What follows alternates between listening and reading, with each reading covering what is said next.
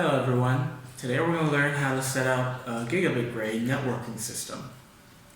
So this networking system, usually we will use PoE technology, and PoE technology, when it complies with the IE 802.3 protocol, it will provide us up to 10 or 100 megabits per second bandwidth for us to transmit the data.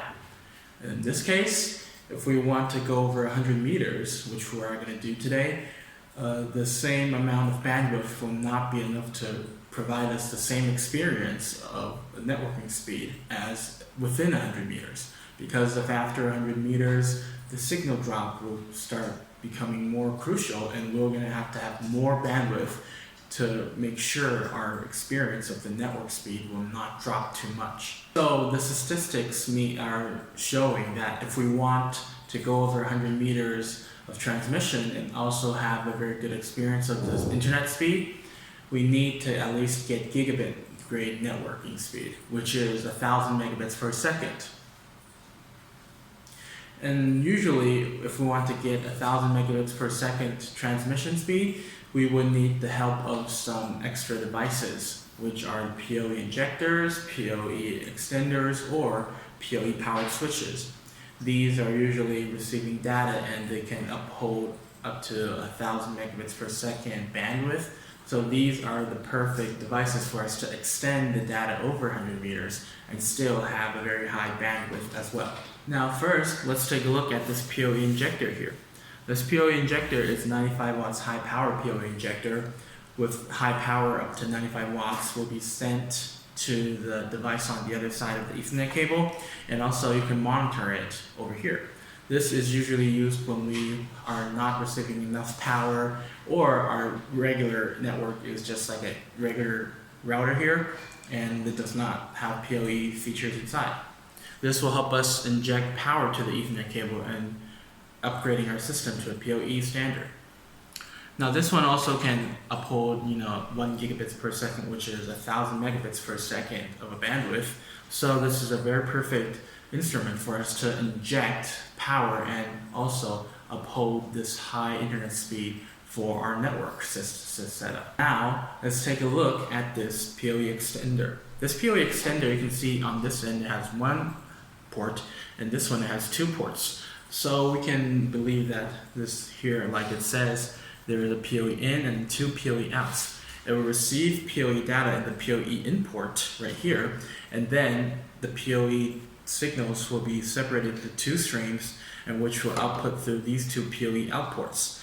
And another thing about this is it has PoE plus features inside. The standard will allow it to output out up to 30 watts of power maximum through these two output ports. So these can also support a lot of power. And you can see it has a metal casing right here, and then the metal casing, can allow us to directly bury it underground when we extend to like outdoor conditions. This is the perfect outer casing that will help us, protect the components within so it won't be damaged by dust or water. And also it will support 1,000 megabits per second bandwidth. Now let's look at the third instrument. This device here is our PoE-powered switch. A PoE-powered switch is a really special device that can act as both power sourcing equipment and power device. It can receive power and data from our power and network source, and then once it has received the power and data, it will use it and provide it to 7 more other IP devices or just regular devices connected to the other 7 ports. So you can see as a power device when it receives the power and data, and the power sourcing equipment once it sends the power and data out to other IP devices. So it's a really unique device. And also the bandwidth it can uphold is up to 1,000 megabits per second, and the metal casing will help it prevent water and dust from penetrating the outer case and damaging the components. So this is another device that is perfect for outdoor direct burial, since once we extend our network, mostly it's going to be outdoors. So now we've talked about all the devices and their features. Now let's do the setup and let you guys see how easy it is to connect these. First of all, we have our regular household router here, which provides the data. And that does not provide power to the Ethernet cable, so we're going to connect our router here to our 95 watts high power PoE injector. With this injector right here, make sure we connect it to the Ethernet port. This means this port will receive the Ethernet transmitted to it. And after that, let's lay it here and make sure it's powered, and you can see that the indicators are on. And you can also monitor the power usage from the indicators. And now let's connect our injector to our PoE extender. This connection is for us to know that we can extend this connection for another 100 meters. So once we imagine this is a 100-meter Ethernet cable, and once we extend it here, we can go another 100 meters. And now after that 100 meters, we're going to reach this PoE-powered switch. After PoE-powered switch, we're going to use another Ethernet cable to connect it.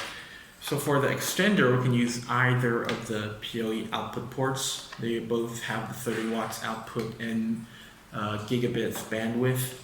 But when it comes to the PoE-powered switch, for these who have 8 ports, remember that port number 8 is always the port that will receive the power and data.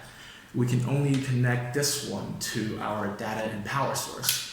This will receive it and then transmit the power to all other 7 ports, which will be regular like PoE ports, and we can transmit the power and data to IP devices. So now I have a camera and a wireless access point here. We're just going to easily connect it to them. First, we're going to connect one Ethernet cable to either ports. Any port is okay. And here, you can see the indicator is blinking. It's on this blue little dot. This means there is power going through this camera currently. So camera check. Now let's do the wireless access point, which will be more clear since it has a brighter indicator on. Once plugged in, you can see that the indicator is on as well. So yeah, this connection is successful. And that's pretty much it for this video. If you guys have any more questions for this gigabit network setup, you can leave them at the section below. Thank you guys for watching today, and I'll see you guys next time. Goodbye.